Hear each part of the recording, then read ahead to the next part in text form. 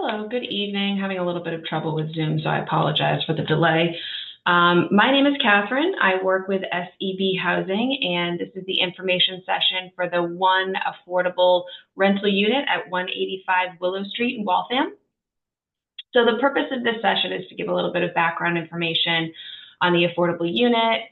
I'm going to discuss the application, the eligibility and lottery processes, and what to expect after the lottery drawing. So I have some slides that I'll be flipping through. I'm having a little bit of trouble with the making this full screen because it's taking up both of my monitors. So I'm just going to leave it as is here. Hopefully you can still see everything there. I'll make it a little larger for you. But I'll be flipping through a few things tonight so you can have something on your screen to see what I'm reviewing. And if you have any questions during this session, you can go ahead and either type them into the Zoom chat that you have, the chat feature in Zoom, or you can just let me know by unmuting yourself and asking the question. So any issues with sound or anything like that, please let me know during the session. So just to give you some background information on who we are, SEB Housing, we are an off-site affordable housing consulting group. So we're not the on-site management team. We're not at the building. We haven't seen the building in person. We've been hired by the developer to market the affordable unit, conduct this information session, collect and review applications to determine a household's eligibility for the affordable housing program. And then eventually we'll be the ones to run the affordable housing lottery. So in the initial phases, SEB Housing, we are your main point of contact. And then later on in the process, you'll be put in touch with the management team once you're closer to leasing one of the units or after the lottery. So there's a few broad steps in the process, the first being to apply for the lottery. And if you are preliminarily determined to be eligible for the affordable housing program, you will be entered into the lottery. You'll be given a lottery application number by SEB Housing. And during that time, before the lottery, we can answer any questions you have. And then after the lottery, the second step would be to go through the lease eligibility screening with the leasing office. So that might include rental history checks, credit check, background check, that sort of thing. And again, that's with the management team over at Willow Street. And then once you're approved by the leasing office and you've been found lease eligible, that's when you need to submit all of your income, asset, and tax documentation to SEB Housing. Because to apply for this lottery, you don't need to submit any of that information. You're just sort of self-reporting what your income, assets, and all that information is on your lottery application. So after the lottery, once it's further along in the process, that's when we'll be asking for verification of that information from you. Okay, so applying for this lottery. So if you haven't already, you want to go to our website, so sebhousing.com. If you click on affordable housing opportunities and you select I want to rent, you're going to see a page specific to 185 Willow Street. And that page has a downloadable version of the application, also the information packet, which has a lot of the information that I'm going to be covering tonight. And I won't have time to cover everything in that packet. So if you're interested in this opportunity, we do suggest that you take a look at that information packet and just take a look at that information before submitting your lottery application. So if you do choose to apply for this lottery, you would need to complete that lottery application and then submit it to us in one of several ways. So you could email it to us, you could scan it to us, you could, if you're in the Needham area, we have an office in Needham at 257 Hillside Ave, whatever is easiest for you. I'd say most people do email it to info@sebhousing.com. So if you can fill it out that way, that's the quickest way to get it to us. We encourage you to get your lottery application in right away if you are interested. It's fairly brief, shouldn't take you too long to complete, again, because there's no supporting documentation that you need to submit at this time. Applications are due by September 30th, so a little bit over a month from now. And they have to be delivered or postmarked by that date at 2 p.m. in order to be considered for the lottery. You do not need to be a resident of Waltham to apply for this lottery. There will be no local preference for households who live in the city because there's only the one unit. So to talk about the apartment itself, so the affordable apartment is ready to be occupied now, so there won't be much of a delay after the lottery and after all of the screenings that you'll need to complete before you are able to sign a lease. This is a 2-bedroom apartment. It is built out for persons with disabilities, so it's considered a disabled accessible apartment. And 185 Willow Street. This building is a brand new 9-unit building located in Waltham. So it's a convenient location near various shops, restaurants, the Charles River. And we're having this lottery process because we anticipate having more households than units, because there's only one unit, right? So this lottery is going to be made available to households that have under or just at 80% of the area median income. In terms of utilities, so tenants are going to be responsible for the cost of gas, which includes heating, cooking, hot water, and then also the utility, electricity utility. Water and sewer charges are included in the rent, so the owner will be paying those. Free parking is available for residents. There's no additional fee for that. And in terms of pets, cats are permitted, dogs are not. There's no additional fee if you do have a cat, and there's one cat limit per household. The 2-bedroom unit is located on the first floor. It has around 1,000 square feet, and the monthly affordable rent for the unit is $2,775. That affordable rent is not set in accordance to an applicant's income or financial circumstances. So that means if your income decreases or increases throughout the year, the rent is not going to change. That is the set rent for this year. For this housing program, the rents are set using a formula based off of HUD, which is the Department of Housing and Urban Development. It's based off of the area median income for the Waltham or Boston area. So the rents typically increase once per year. They have been increasing for the last few years when HUD revises their area median incomes each spring. Advance notice is always given if the amounts are going to increase. If if a rent does increase, the tenant will be given at least 30 days notice. If you have a Section 8 voucher, it's usually more than that in terms of the notice you'll receive. And usually the increases are pretty modest. So again, if you were to sign a lease for this first year, the amount would be the $2,775. It would not change within the first year of the lease. Yeah, any questions, again, let me know if you have any questions on the logistics or anything that I've said so far. And I'm going to move on now to the eligibility criteria for the affordable housing program. So all of this information is in the information packet, but there are 4 eligibility requirements for this program. The first is that households need to have a total household income that is in between the minimum income that the leasing office sets and the program's maximum income limit for your household size. I'll circle back to that in just a minute. The second item in terms of eligibility to keep in mind is that household priority is going to be given based off of household composition. So if you're a 1-person household, you're generally going to be considered a type 1 household. You can apply for this 2-bedroom unit, but the larger type 2 households are going to be placed ahead of you on the 2-bedroom waiting list, unless you have some sort of a reasonable accommodation that says that you need a 2-bedroom apartment because of a disability.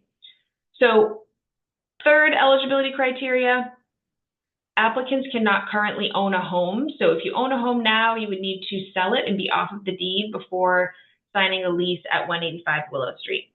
And then the fourth eligibility criteria doesn't come up very often, but applicants cannot have financial interest in the development or be a related party. So what that means is if you work for the management company, if you are related to the developer, that sort of thing, you may not be eligible for this opportunity. So I said I would circle back to the first eligibility criteria to explain a little bit more. So in terms of income, again, we're not going to need verification of your income for you to participate in the lottery, but you're going to be listing what your income is on your lottery application. And if it's determined that you're eligible for the lottery, you'll be sent a documentation requirements guide. So this will be emailed to you with your lottery application number once you're approved by SEB Housing. And that guide will give you sort of a roadmap to what documentation might be needed or will be needed after the lottery if you are moving forward to the next step in the process, which is the lease screening. And then our final SEB's final review of your income information. So just to give a basic overview of that, so when SEB Housing is looking at your minimum and maximum income, these are the figures that we're going to be looking at. So the maximum income limit for the affordable housing program, if you're a household of one person, your total annual income cannot be above $91,200, or you would be ineligible and over income for this opportunity. If you have two people, that goes up to $104,200 and so on. This chart is in the information packet. Now, the approximate minimum income that's listed here, the $83,250, that is set by the leasing office. So that's the amount that they are requiring both market rate tenants and people that are going to be applying for this lottery for the affordable unit would all need to make at least $83,250 a year for the household to be eligible for this opportunity. That minimum income is not a program requirement, but most management companies do have a minimum income because they want to be sure that anyone renting one of the apartments is able to pay the rent amount. Now, if you have a voucher, if you have a Section 8 voucher, MRVP voucher, a mobile voucher that you plan to use at this property, you're exempt from the minimum income amount. That doesn't apply to you because your voucher, the administering agency for your voucher will be picking up a portion of your rent. So you can disregard that. But if you are a household who does not have a voucher, that is the minimum income, more or less. It's approximate in terms of what the leasing office would be looking at to determine if you're lease eligible. So in terms of how we count income, for this program, we are required to count income as a projection of your income for the next 12 months for all household members. So all income for household members is included. It could include bonuses, overtime, if those things apply to your household.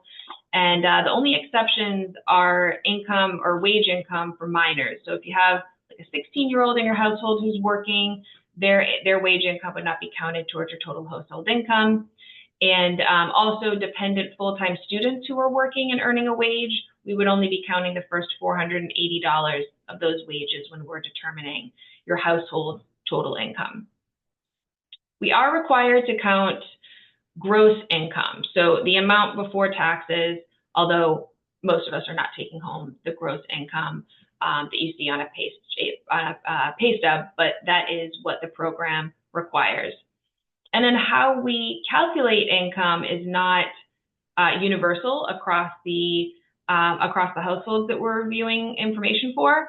And that's because, there's some people who are making a weekly salary. It's very consistent throughout the year. There are households who have self-employment wages coming in or someone who's working seasonally. So sometimes in those circumstances, we need to ask for maybe more information to be able to project what your anticipated annual income is going forward. And then specifically for any applicants who are self-employed, you're going to need to complete a profit and loss statement and provide supporting documentation for your business. So your business expenses, if you're self-employed, will be taken into consideration. But if you're not self-employed, it is the gross income that we count. And in general, any income that you've been making in the past year that shows up on your tax returns, we're going to assume you will continue making it going forward unless there's some sort of definitive documentation from you or from a former employer confirming that you're no longer working there, for example. And when you're filling out your application, just make sure that you are listing all of your income sources. So if it's maybe not just wages, you're also putting any Social Security payments coming in, child support, unemployment amounts that are coming in, and that sort of thing. So just make sure that it's all accounted for there so we know what we should be verifying with you later on. In terms of assets, there's no asset limit for this rental opportunity. So you could be retired, maybe you have a significant amount of assets in your bank account, that's completely fine. There is no limit to it. Although there's no asset limit, we do still need to collect information related to your assets though, because some assets could be generating income, which would need to be counted. So we will be asking, later on in this process for copies of your checking account statements, any amounts of cash that you have in Venmo, that sort of thing. So just be aware of that. And all of that would be listed on the required documentations guide that you will get once you're found eligible for the lottery. All right, so if you apply, once we receive your lottery application, it's going to be reviewed by staff at SCB Housing. We'll let you know if there's any information missing that we need from you, and you'll be given a chance to resubmit with the information that was missing. If you're found eligible for the lottery, you'll be sent a lottery application number by email. That number will be in the form of a series of numbers, so A.123, for example. And that's just meant to be an anonymous identifier so your name isn't called during the lottery. It's not a ranking of any sort at that point. It just corresponds with the order in which we received your application. So if you were the very first applicant to be approved for this lottery, your lottery application number will be A.001. In that same email, you're going to, with your lottery application number, it's also going to confirm which household type that you reported on your application. So that means, you're either a type 1 household or a type 2 household, depending on how many people are in your household. And then in that same email, it will confirm for you whether or not you have indicated that you need a disabled accessible unit. So as I mentioned earlier, this affordable unit is built out for people with disabilities. So applicants who require the accessible features of the unit are going to have priority over households who don't need the unit's features on the waiting list. So type 2 households who need a 2-bedroom apartment, who also require the disabled accessible features of the apartment, are going to have first priority on this waiting list above any other households who either don't need the accessible features or who don't qualify as a type 2 household. All that is spelled out in terms of the order of priority on the waiting list page of the information packet as well. This email that has your lottery application number, that is the email that also is going to have the attachment for the documentation requirements guide, which I've mentioned, which will detail all of the information that you will need to submit later on if you are one of the top lottery households who's moving forward in the process. And if at any point in this process you're found to be ineligible for the lottery, you'll be informed by email by SCB Housing, and you're encouraged to contact us with any questions about that. The lottery itself is going to be held virtually on October 15th at 6 p.m. So same time as this information session, sort of the same format as well. So it'll be via Zoom, and depending on the number of eligible applicants we have, the lottery numbers will either be drawn from a box, held up to the screen and recorded so you're able to view it, or they'll be digitally randomized and shared with you via a screen share, just like I'm sharing these slides with you. During the lottery, every lottery number is going to be picked. So sometimes when you think of lotteries, you think there's one affordable apartment, there's just going to be one number drawn.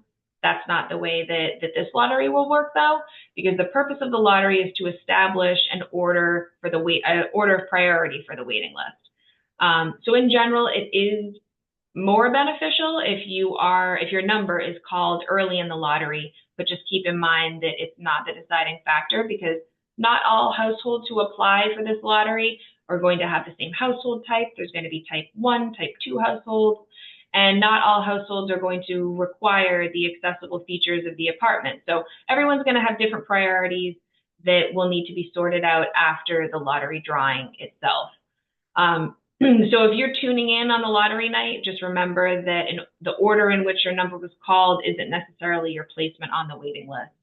I will be sorting the results right after the lottery, so you will get an email from SEB Housing confirming, or an email from SEB Housing that will have the actual waiting list order attached. So you'll have that information soon after the lottery, just not in the lottery meeting itself. And also keep in mind that households who were entered into the lottery may later be found ineligible, either by the leasing office once the lease screening is doing background checks and rental history, or by SEB Housing later on in the process. Or the household may just ultimately decide not to rent the unit. So if your number is further down the waiting list and is not the first person on the waiting list, you shouldn't lose hope in terms of being able to move forward in this process, because as households drop off the waiting list, your position would improve until the unit is filled. So when you're reviewing the email after the lottery that has the waiting list attached to it, you're going to find your lottery application number. You'll be able to see where you fall on the waiting list. And then you'll have a better idea as to whether or not you're going to be moving forward to the next step in the process, which is to apply for that lease screening with the leasing office. So just a reminder too that SEB Housing is screening you for your lottery eligibility, and then again later on for your affordable housing program eligibility, but we're not going to be performing that lease screening. That will be with the leasing office. So after the lottery, you'll be given the management company's contact information, and your information will also be shared with them, so you can coordinate the lease screening. You can tour the property if you haven't already, and once you're in this lease screening process with the leasing office, again, it could be credit checks, that sort of thing that you might be familiar with from previous rentals. Be aware too that the leasing office could invite more households to complete a lease screening than there are available units. So for example, there's just this one affordable 2-bedroom unit at 185 Willow Street, but more than one household from the waiting list is likely going to be invited to complete their lease screening. This is typical though, because management companies often do that to avoid having the leasing process slowed down by households who either don't qualify or just kind of don't follow through with the process. So if for any reason you're the first person on the waiting list and you don't immediately want to notify your current landlord or give notice to them and say, you know, I'm the first person on this waiting list, I'm about to rent an apartment at 185 Willow Street. You don't want to do that right away, because you still have a few steps in the process to go, including submitting all of your income and asset information to SEB Housing. But once you're lease approved by the leasing office, that's the point that having a position near the top of the waiting list is beneficial to you. You're going to have the first chance to reserve the affordable unit. That's true even if someone who's positioned second or third on the waiting list, behind you on the waiting list, happens to complete their eligibility screening with the leasing office first, because the leasing office needs to honor the order of the waiting list within reason. So you need to get back to them when they're emailing you and, you know, coordinate everything within a week or so. And like I said, if the first person on the waiting list doesn't ultimately lease the unit, then the second household on the waiting list will have that opportunity, and so on down the list. So once you reserve the affordable unit, the leasing office will notify SEB Housing and will coordinate with you to get that the income information from you. So income, asset, and tax documentation is now going to be required. And hopefully at that point, you've been able to check out the documentation requirements guide. You have all of that supporting information ready for us. You have about 10 days to get it into us at that point. And we recognize it's a lot of information, And, you know, if you submit your application and it's not complete to us, we'll work with you. We'll give you an incomplete notice so we're on the same page of what is still pending. So no worries if you don't have everything on the first try. Once SEB Housing hopefully approves your file, we'll notify you, and we'll notify the leasing office so you can coordinate your lease signing, and you will then be able to set the lease date with the leasing office. So that would be something that you coordinate with them. It doesn't have to be the first of the month or anything like that. It can be whatever date works for you. Our program certifications are good for 6 months. So if for any reason you move in more than 6 months after we certify you, you may need to submit more income documentation after that. I don't anticipate that being an issue here because the unit is available, and it should be ready for you soon after the lottery takes place. So once you're leased in this unit, you're done with screenings. You don't need to do anything in terms of submitting information to SEB Housing until your lease until your lease renewal date. So a year from when you first sign your lease. That process usually starts a few months before your lease renewal date, but just know that you won't need to continue to submit anything every month before then. We hope you love the unit. If you want to continue living there beyond the first year of the lease, you just need to recertify with the leasing office for your lease renewal. And if your income has increased during the year, that's fine. It could be above that 80% threshold that you needed to be under to qualify for this lottery, but you will remain eligible for the affordable housing apartment as long as your total household income does not exceed 140% of the current year's area median income. So the information packet lists the amounts, but to give you an idea of what that 140% figure is right now, so a household of 2 would qualify for this lottery at that 80% of AMI threshold. That means you would need to have an income, if you're a 2-person household, of below $104,200. That same family can make up to $145,880 at the time of your annual recertification in order to still remain eligible for the affordable apartment. So there's some wiggle room there if you get an increase in wages or anything like that throughout the year. So again, we encourage you, if you think you're interested in this lottery, please get your application in for 185 Willow Street. You can go to our website, sebhousing.com, to get the lottery application. And if you have any questions for us as you're looking through the information or just before the lottery itself, you can email us at info@sebhousing.com. That is the easiest way to get in touch with us. We also have a phone number here, the 617-782-6900 extension 1, if you want to get in touch with us that way. Or if you're just watching this after the fact and want to contact us, that is what you should do. So any questions before I close out?